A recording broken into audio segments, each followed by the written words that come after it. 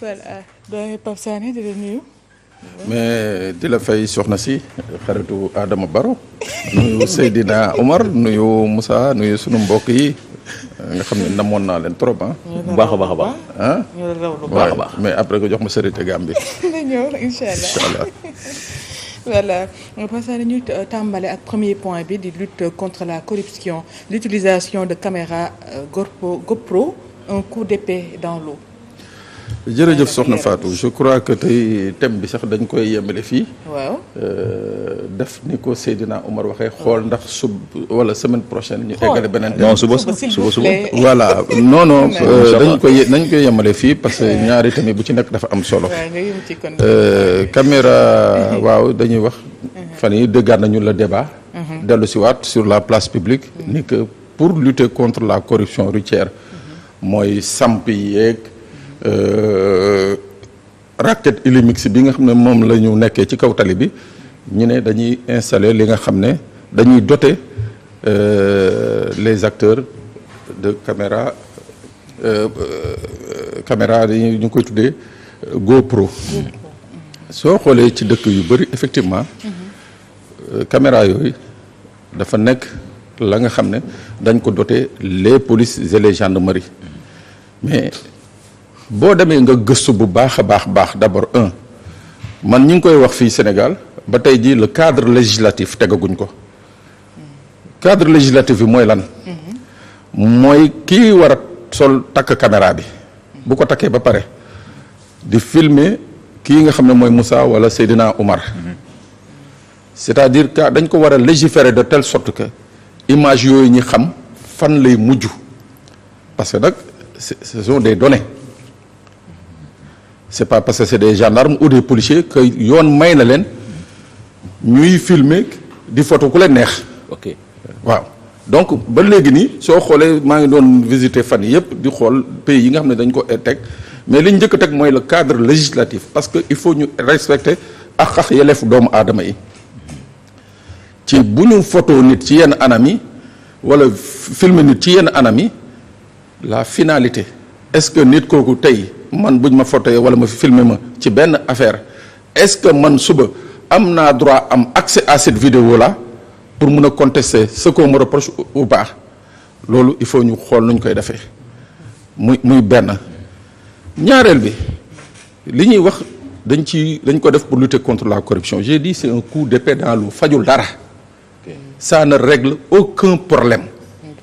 dans le cadre de la lutte contre la corruption pays yi nga xam ne ñoo instauré GoPro jox ko seeni éléments on s'est retrouvé à un certain moment avec beaucoup de violence policière et chaque fois bu ñu eggee tribunal yow la man la yow la man la yow la man la alors pour mettre fin à ça ñu ne dañuy doter les unités de système yi nga xam ne saa yooyu def intervention dañ koy filmer de telle sorte que su ma dóoree Seydina bu Seydina ñëwee kaas ñu mën a génnee caméra bi teg mooy que yow takk der bi usage abusif de la force bi nga xam ne moom nga doon def yenn comportement yi nga xam ne moom nga doon def ci nit ñi wala manifestation am ngay football bopp Moussa wala ainsi de suite comme nañ ko doon gisee ci yenn manifestation yi looloo taxoon ñu doter les gens de ce qu'on appelle des caméras GoPro. Voilà, ce n'est pas pour lutter contre la corruption. C'est-à-dire que dans ce pays, il faut qu'on arrête de prendre des Sénégalais pour ce qu'ils ne sont pas. dañu nekk dans un monde bi nga xam ne tout li nga bëgg a xam da nga koy xam. Tout est possible maintenant ak li am. waaw tout est possible. Donc lutter contre la corruption mais c'est quelque chose qui est demandé, c'est une exigence de tous les jours. balaa nguur gi di egsi les gens lutter contre la corruption. bii nguur gi excès les gens luttent contre la corruption bu fi nguur gi jógee les gens vont continuer de lutter contre la corruption mais je dis encore ce qui se passe sur sunuy tali neexul kenn takk der yi seen biir neexu leen mais il y a une manière de lutter contre cette corruption routière mais pas di dem uti ji ay caméras yi nga xam ne. mais caméras yooyu est-ce que sax ñëpp daañu si mën a accéder. oui mais c'est-à-dire problème bi mooy les caméras au bas mot je parle de bonne caméra waxuma caméra toc yi ñi kii au bas mot les caméras benn bu ci gën a ndaw c'est 340 000 francs benn bu ci gën a ndaw. Et quand on sait dans nos pays comment les marchés publics fonctionnent donc mën nañ fi indil benn caméra buy jar 1,5 million. waaw effectivement il y a un problème qui se pose. mooy est-ce que on va pouvoir doter toutes les unités de caméras. dina bari de. ambulantes. dina kii de parce que bu ñu ko naree def fu nekk ñu war ko faa placer ci biir Sénégal bi ak nu mu yaatu. donc moo tax ma ne il y a d'autres moyens pour lutter contre la corruption. waaw benn bi. nañu xool li nga xam ne mooy les unités de police routière ñi nga xam ne ñoo nekk ci tali bi di def circulation comment faire pour les intéresser ca la nga xam ne dañuy liggéey ba mu wàññi ger gi mooy benn parce que gis naa fan yi génnee nañu benn chiffre nee nañu daanaka janvier ba décembre bii passé def nañu daanaka près d'1 milliard en amende forfaitaire mais kooku soo ko xoolee ñi la koy wax après da ngay reetaan et quand on te dit et ça c'est les syndicats de transport qui le disent avec preuve à l'appui ni que corruption routière bi état du Sénégal dana ci perte annuellement plus de 5 milliards yow nga ñëw di ndamoo moins d'1 milliard ne moom nga def en amende forfaitaire donc ça veut dire qu'il y a un sérieux problème moi je crois que si 5 milliards yooyu par extraordinaire bu doon dañ ko doon recouvrer di ci intéressé ñi nga xam ne ñoom ñoo nekk ci tali bi à travers des fonds communs waaw à travers des services payés moi je crois que mun na réduire waxuma dindi de mun na réduire la corruption routière muy benn ñaar dafa am la nga xam ne tamit bu yàggee ci dëkk bi Seydina c'est parce que dafa am ñu mu neex ci dëkk bi damay fàttali ñun ñëpp on est témoin ici kii fi nekkoon au commandant de la gendarmerie Moussa Fall bi muy nekk gendarmerie territoriale dafa am benn note de service bi mu bindoon daa di wax ni que kees yi ñuy def ci brigade yi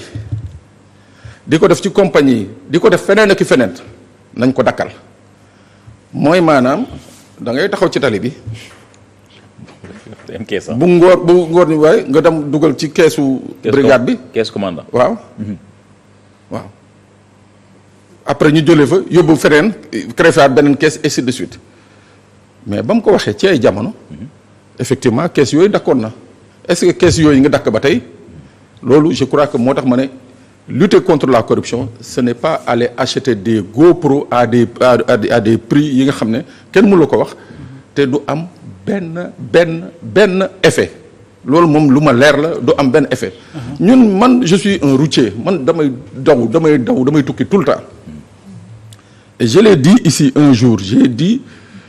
ci wàllu corruption routière man dama ko documenté li may wax c'est pas parce que dama koy wax nii sama làmmiñ dama ko documenté comme dañu nekk ci dëkk ba nga xam ne boo waxee yenn saa yi arrangé wu la dañ lay woo man dama ko documenté téye joxal Moussa mu yore caméra nga dote ko caméra mu taxaw fii buntu Walfadjri mais man su may lekk man Moussa par extraordinaire bu may ger mais xanaa Moussa du takk caméra am di ma ger maire bi di jaay caaf ci angle ba fële dañuy waxal waaw gis nga bu oto bi egsee chauffeur bi mooy continuer apprenti bi wàcc na fële ci maire ba joxe li muy joxe yëkkati loxo bi chauffeur bi continuer moom mu yëg dem ci otom donc yooyu c'est des pratiques yi nga xam ne mënuñu nax sénégalais yi on peut pas tromper les sénégalais sur des ay GoPro kii ay affaires yooyu c'est-à-dire affaire bi dafa am la nga xam ne une pratique moom ay coxeur sax yoo xam ne ni loolu mooy seen liggéey mooy seen liggéey leen yónni quoi voilà ñuy récupérer man ci corruption routière bi kan moo siy gagné ak kan moo siy perdre te en plus c'est-à-dire celui mooy maanaam takkader bi nekk si télé bi en détail quoi ñaata la si am ak aussi est-ce que dafa am keneen ku muy compal est-ce que c'est quelque chose c'est un gâteau partagé quoi. li leer ba leer je l'ai dit dama ne su fi corruption routière bi yàggee c'est parce que dafa am ña nga xam ne daf leen arrangé dafa am ña nga xam ne dama ne damay wax rek la circulaire du général Moussa Fall bi mu fi bindoon mooy li ñuy wax les remontées mooy maanaam yemul ci kii nekk ci tali bi dafa am yoon bu muy jël di ko jël ba fan lay egg nag yàlla rek a xam fu muy egg mais li leer ba leer mooy que bu corruption routière yàggee fii nii ci set dëkk bi chaque jour ñu koy wax depuis des années et des années te mënul régler wu c'est parce que am na ñenn ñi nga xam ne qui se retrouvent dans cette corruption là. la ñu bëgg a sanctionner dañ koy sanctionner la ñu bëggul sanctionner nag duñ ko sanctionner donc moi je crois que effectivement cette corruption routière devrait certainement profiter plus à ceux qui sont pas à ceux qui sont sur la route mais à d'autres personnes ñoom nag xam nañ ñoom seen biir nu mu demee mais li leer ba leer Sénégal ñi ngi naan dëkk bu ndóol la sànq seen invité mu ngi koy wax am na ci li nga xam ne le Sénégal ne peut pas se permettre ce luxe là comme le Sénégal ne peut pas se permettre ce luxe là ñuy xëy naan ñu dañuy dem indil combien de milliers de caméras te li leer ba leer nag waaye ma wax la benn affaire de bu ñu koy commandé nag secret défense lay doonati. mu nekk ay milliards. secret défense lay doonati de. yu ñu war a lekkati. waaw comme les bracelets électroniques yi ñu fi commandé woon administration bi ba tey jii kenn mënu la wax montant bi nangam la kenn mënu la wax parc bi nangam la. donc je dis que il faut que dans le cadre du jubal jubanti dañu xool une pratique beaucoup plus saine pour lutter contre la corruption. nañuy nañuy sanctionner quand il faut sanctionner. S'il y a une chaîne bi nga xam ne ñoom jàpp nañ ne que ñoom ñëpp dañ ciy profiter qu'on mette fin à cette chaîne de la corruption parce que loolu kese la bés bu nekk sénégalais yi ñoo koy gisandoo on est là on fait les routes on voit ce qui se passe mu metti sénégalais yëpp waaw buñ ci naree nag naan dañuy jëlaat ci gafa nguur gi yokk ci pour xeex loolu te mënul xeex loolu je crois que il faut sérier les priorités et aller vers autre chose quoi. aller vers autre chose amati na solo Pape Sané ñu ngi lay xaaraat suba incha allah. sama 20 minutes yi ngeen jël. moom suba. dañ lay yéex a gis nag tey de xaaroon nañ la fii ci Seydina def revue. non man ñëw naa. waaw kon baax na. teel naa ñëw de wanti naa la fi de en tout cas. non teel naa ñëw ci kër gi ba sonn nee naa war a xoolee ma Pape Sané fu mu ne. en tout cas di ko jaajëfal moom.